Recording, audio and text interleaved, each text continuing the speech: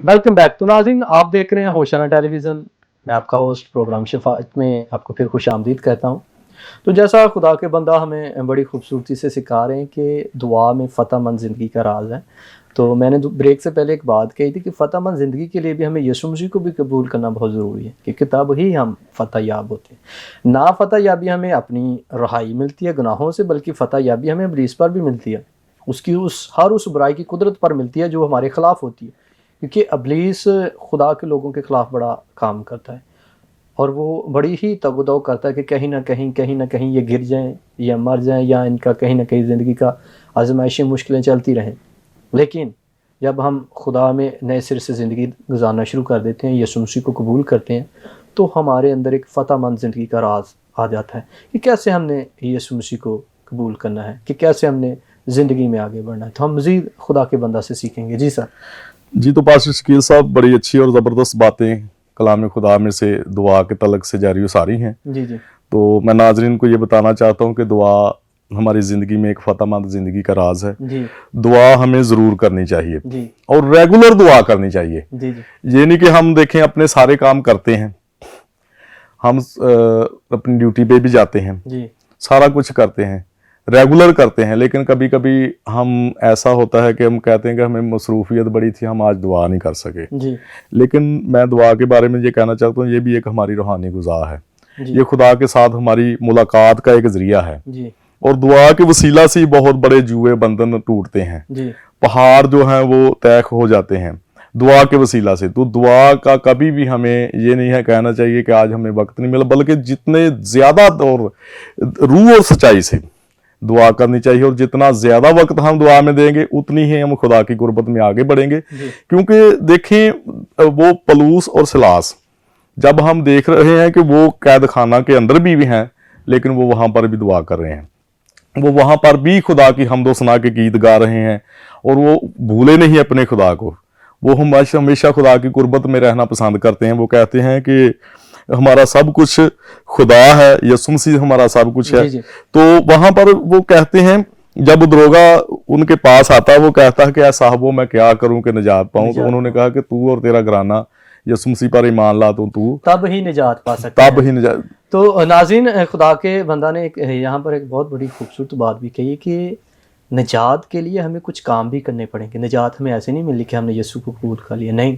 निजात के लिए कुछ प्रोसीजर हैं, कुछ चीज़ें हैं जिनको हमें वन बाय वन फॉलो करना है।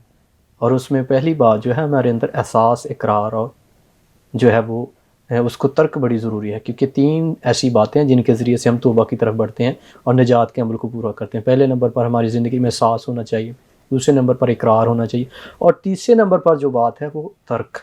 क्योंकि जब तक हमारे अंदर एहसास नहीं होगा, इकरार नहीं होगा, तो तब तक हम उस बदी को, उस गुनाह को छोड़ भी नहीं सकते। इसीलिए खुदा के बंदा हमें ये बात सिखाना चाह रहे हैं कि हमें दुआ में फ़तहमंद ज़िंदगी गुजारनी है, तो उसके लिए कुछ ख़ास स्टेप हैं जिनको पर हमने फॉलो करना है, जिनको हमने सीखते चले जाना। मज़ीद हम सीखते हैं पर जी जी बिल्कुल, जिस तरह आपने कहा कि सबसे पहले जब आपने दुआया ज़िंदगी गुजारने की तरफ आना है, तो आपको क्या करना है, आपने तर्क करना है गुनाहों को तरक करना, यानी तोबा करनी है। तोबा एक मोड़ है और खुदा की गुरबत में आने के लिए अमल है जिनको हमने पूरा करना, अमल है जिसको हमने पूरा करना है। पहला यानी कि एहसास, दूसरा इकरार, तीसरा जी बिल्कुल, जब तोबा करके हमें वो एक गुनाह आलूदा जिंदगी को हम तर्क करेंगे, तोबा करेंगे, मुकम्मल तौर पर हम खुदा की हजूरी में आ जाएंगे, तो फिर हम दुआ में ज्यादा वक्त भी गुजार सकेंगे जी।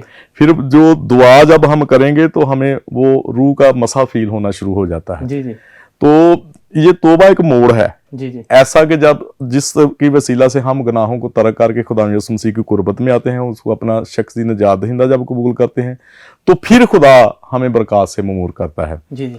तो इसलिए तोबा ज़रूरी है, यीशु मसीह को कबूल करना भी बहुत ज़रूरी है। तो और इसके साथ साथ हमें रूह में आगे बढ़ना, क्योंकि जब हम रूह के तौर पर दुआ करते हैं, क्योंकि कलाम में लिखा है कि रूह ऐसी आहें भर भर कर हमें दुआ करना नहीं आती। जैसा आपने बात की है खुदा के बंदा ने कि जब हम तौबा करते हैं, उस मोड़ से आगे बढ़ते हैं, अमल शुरू करते हैं, तो खुदा का बंदा कह रहा है कि उसमें हमें बरकतें मिलती हैं। और बरकतों में अगर हम रूह के तलक से बात करें, जैसा कहा कि खुदा का रूह फिर हमें सिखाता है कैसे दुआ करनी, तो पहले नंबर पर जो हमें बरकत मिलती है कि वो हमें दुआ करना सिखाना शुरू कर देता है कि किस तरह हमने मज़ीद खुदा में आगे बढ़ना है। फिर जो बरकत हमें मिलती है वो ये है कि हम खुदा की मोहब्बत को समझना शुरू कर देते हैं, खुदा के लोगों को समझना शुरू कर देते हैं। फिर बरकतें सिर्फ आपको दुनियावी नहीं मिलेंगी कि दुनियावी चीज़ें मिल गई आपकी, नहीं, बल्कि खुदा जो है वो हमें खिदमती तौर पर रूह के फल देना शुरू करेगा। उनमें फल बेशुमार हैं जो हमें खुदा का बंदा सिखाना चाह रहा है। जी सर। जिस तरह जब यीशु मसीह के शागिर्दों ने उससे कहा शागिर्दों ने कहा कि आप हमें दुआ करना हमें सिखाएं, दुआ करना सिखाएं, वो कहने लगे कि शागिर्द कहने लगे कि यूहन्ना के रसूल जो शागिर्द हैं वो दुआ करते दुआ उन्हें सिखाता है, हैं, उन्हें सिखाता है, आप भी हमें दुआ करनी सिखाएं। जी जी, तो यीशु मसीह ने फिर उनको दुआ करनी एक सिखाई, तरतीब दी जी जी, कि किस तरह से आपने दुआ करनी है, करनी है और फिर दुआ करने का तरीका बताया, जी सारा कुछ बताया। तो जब हम दुआ के ताल्लुक से सीखते हैं जी जी, तो दुआ बहुत बड़ा मौजू है, ये ईमानदार का एक हथियार भी है। हथियार है, ये इसके बगैर हम कह सकते हैं कि बिल्कुल कमजोर है। जी बिल्कुल कमजोर हैं।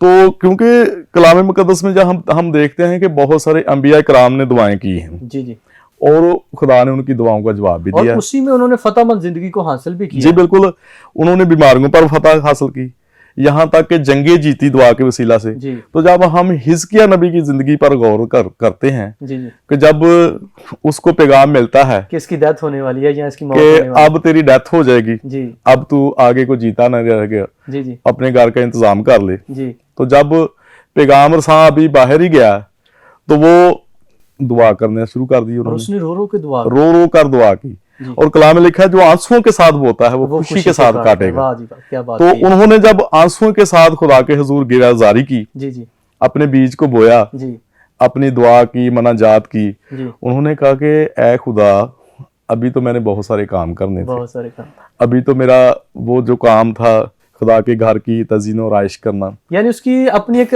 दुनियावी कह लें कि दुनियावी सोचें थी कि मैंने ये करना है, जैसे लेकिन आम वो इंसान करता है। दुनियावी अपने जिस्म के अलावा, अपने घराने के अलावा उसकी बड़ी अच्छी सोच थी खुदा के घर को मेंटेन करने की, जी जी उसको अच्छा बनाने की। जी और फिर उसने कहा कि मेरी फौजें जो दूसरे मुल्क में हैं मैंने उनको वापस लाना था। जी, तो अभी ये देखें दुआ का असर, अभी कैसे खुदा दुआ के जरिए से फतह बख्शता है। जी अभी जो पैगाम रसां है वो शहर के चौक में गया, जी तो उसी वक्त खुदा ने कहा कि मेरे बंदा के पास दोबारा वापस जाओ। जी, उससे कहा कि तू मरेगा नहीं, बल्कि जीता रहेगा, तू बल्कि जीता रहे, बल्कि 15 वर्ष और जिएगा। बढ़ के। जी तो जब वो वापस आता है, आकर अपने बंदा को पैगाम देता है, हिजकिया बादशाह को पैगाम देता है कि तू मरेगा नहीं, खुदा ने तेरी दुआ सुन ली है, सुन लिया। खुदा ने तेरे आंसू देखे हैं, जी तो अब तू मरेगा नहीं, 15 वर्ष और जिएगा, जी जो ये काम तू करने हैं तू कर ले। तो उसने कहा कि तू तीसरे दिन के बाद खुदा के घर में भी जाएगा, वाह जी, क्योंकि आप जानते हैं कि उनको एक बहुत बड़ा वो नासूर था, फोड़ा था, आमीन, कैंसर फोड़ा जिसे कह सकते हैं, जी जी वो था। तो जब वो उसी की वजह से मरगे बिस्तर पर पड़ा हुआ था, तो वो ये सोच भी नहीं सकता था कि मैं शिफा पा जाऊंगा, लेकिन दुआ ने किस तरह से उसकी जिंदगी में काम किया। खुदा ने काम किया कि खुदा ने अपने बंदा की मार्फत कहा कि तू तीसरे दिन खुदा के घर में शुक्रगुजारी करने जाएगा, आमीन आमीन, इस बीमारी से तू छूट जाएगा, तू शिफा याब होगा। जी जी, तू ये कर, अंजीर मंगा, अंजीर को कूट कर उसकी एक वो लेप सी बनाकर ऊपर लगा दे, तो ये फोड़ा फट जाएगा, तीसरे दिन को तू खुदा के घर में हुआ। यानी सर मैं सॉरी आपकी बात काट रहा हूँ, यानी कि अजीज़ो खुदा ने पूरा जो इंतज़ाम है उसका शिफा से लेकर उस रहाई तक और फिर ज़िंदगी में भी दाखिल जो है वो अपनी कुदरत के ज़रिए से किया। खुदा के बंदा ने हमें बड़ी खूबसूरती से दुआ के मुतल्लिक़ सिखाया कि हमें किस तरह दुआ में बढ़ना है और फ़तहमंद ज़िंदगी गुजारनी है। तो हमने सीखा इस हवाले से कि एक दरोगा भी जो था वो अपने आप को हलाक करना चाहता था, लेकिन खुदा के बंदों ने कहा कि जब तक हम यीशु मसीह पर ईमान नहीं लाएंगे तो हम निजात नहीं पाएंगे। तो खुदा के बंदा ने उसे ये तालीम दी, तो उसने उसके घराने समेत तौबा की और निजात पाई। तो नाज़रीन, हमारे प्रोग्राम का वक्त इख्तिताम की तरफ जाता है। इख्तिताम से पहले मैं चाहूँगा कि आपके लिए दुआ करते चला जाऊँ। तो सर आपसे रिक्वेस्ट है कि हमारे जितने भी देखने वाले नाज़रीन उनके साथ छोटी सी एक दुआ करें। आए नाज़रीन, हम अपने सरों को झुकाएं, खुदा की हजूरी को महसूस करें, दुआ मांगे। कादिर मुतलक पाक खुदा, एक बार फिर तेरी हजूरी में झुकते हैं, तेरी बड़ी शुक्रगुजारी करते हैं तेरे कलाम की अच्छी बातों के लिए। प्यारे खुदा, तेरा बंदा कहता है तेरा ही कलाम मेरे कदमों के लिए चिराग और मेरी राह के लिए रोशनी है। वो कहते हैं कि मैंने तेरे कलाम को अपने दिल में रख लिया ताकि मैं तेरे खिलाफ गुनाह ना करूं। प्यारे खुदावंद, तेरे कलाम में लिखा है, नबूवत की इस किताब का पढ़ने वाला, इसको सुनने वाले, जो कुछ इसमें लिखा है अमल करने वाले मुबारक हैं। आज तेरे कलाम के वसीला से जितने भी नाजरीन देख रहे हैं वो सब बाबरकत हो जाएं, इनके घरानों को, खानदानों को बड़ी बरकत दे। अपने बंदा पास्टर शकील को और ज्यादा अपने बरकत से ममूर कर, और ज्यादा इनको गहरे में ले जा, और ज्यादा खुदा इनको अपने जलाल, अपनी गवाही के लिए कसरत के साथ इस्तेमाल कर। होशाना के सारी टेलीविजन, सारी की टीम के लिए, चेयरमैन साहब के लिए दुआ करते हैं, इनको भी खुदा तो बरकत पर बरकत अता करना। ये सब कुछ मांगते हैं तेरे बेटे अपने खुदा यीशु मसीह के वसीला से, आमीन। तो नाज़रीन, मेरा ईमान है आज के कलाम के वसीला से आपने बड़ी बरकत पाई है। तो देखते रहिए Hosanna television. God bless you all.